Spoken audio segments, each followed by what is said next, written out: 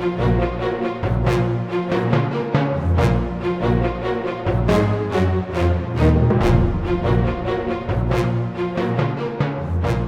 week after the successful Normandy landings in France in June 1944, Hitler unleashed the first of his V weapons against Britain, V for Vengeance. It was a terrifying new weapon seemingly from the future, a pilotless flying bomb called the V-1. Due to the strange sound its pulse jet engine made, Londoners soon dubbed it the buzz bomb or Doodlebug. Initially, Britain struggled to cope with the sudden onslaught of what was also called robot bombs, thinking that the dark days of the Blitz, Germany's aerial bombing campaign against British cities of 1940–41, had long since passed. But once more, London and southeast England found themselves on the receiving end of a concerted attack by a faceless and powerful new weapon. The Germans had secretly developed the V-1 early in the war. The weapon's fuselage was of welded sheet steel with plywood wings. A simple Argus pulse-jet engine gave the aircraft its distinctive buzzing. Launched down special ramps from northern France, the V-1 was guided to its target using a simple autopilot to regulate altitude and airspeed. An odometer driven by a vane anemometer in the nose determined when the target area had been reached. When the V-1 had flown its preset distance, the warhead automatically armed, the engine often cut out, and the elevator was jammed down, forcing the missile into a steep dive. Initially, V-1s landed within a circle of 19 miles or 31 kilometers in diameter, later refined to 7 miles, good enough for bombarding a huge city like London. The hefty warhead contained 1,000 kilograms of Amatol 39. That is a ton of explosives.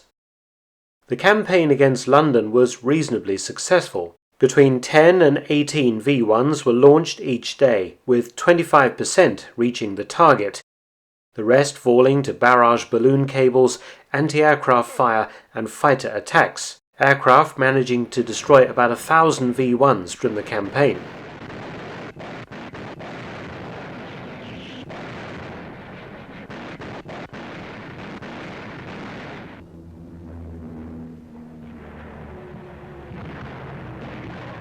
The average speed of V-1s was 340 miles per hour or 550 kilometers per hour, and their average altitude 3,300 to 3,900 feet or 1,000 to 1,200 meters. Fighters needed excellent low-altitude performance to intercept them, and enough firepower to cause the V-1 to detonate in the air rather than on the ground. Most piston-engine fighters of the day were too slow. P-51 Mustangs, Hawker Tempests and Spitfire Mark 14s could catch V-1s, but a jet fighter would not require the careful engine tuning of piston fighters like the Spitfire to intercept the V-1. And the battle against the V-1 would see the combat debut of Britain's first ever fighter jet. Britain had begun development of a jet fighter back in 1936, building on Sir Frank Whittle's invention of the turbojet engine. A twin-engine fighter, the Gloster Meteor first flew in 1943. The F-1 version, which saw combat, was 41 foot 3 inches or 12.57 meters in length, with a wingspan of 43 feet or 13.11 meters. An all-metal aircraft with 4 20mm cannons in the nose, it had a maximum airspeed of 417 miles per hour, or 671 kilometers, at 9,800 feet, or 3,000 meters. An ejection seat was not fitted in the early models. The Meteor's high speed and heavy armament meant it was ideal to combat V-1s, and it was quickly rushed to a frontline squadron. Number 616 Fighter Squadron was a Spitfire unit based at RAF Culmhead in Somerset, when it had been selected to convert onto the new Gloster Meteor jet.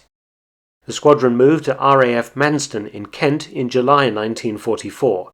The Meteor's high speed meant it was the only aircraft capable of catching up to a V-1 easily, and its 4 20mm cannons were powerful enough to hopefully destroy it in the air. The squadron's first sortie against V-1s was on the 27th of July. 2 V-1s were spotted, and the Meteors gave chase, but their temperamental cannons refused to function, and because of nearby barrage balloon cables, the two V-1s were allowed to escape. For several more sorties, the Meteors failed to make any interceptions. On the 4th of August 1944, Flying Officer Dixie Dean took off from Manston at 15:45 hours to patrol an inland area of Kent. At 16:16, Dean was vectored onto a V-1 flying at 1,000 feet near Tunbridge in Kent on a course of 330 degrees and a speed of 365 miles per hour. Dean dived his Meteor down from 4,500 feet at 450 miles per hour and attacked from dead astern, depressing his gun button.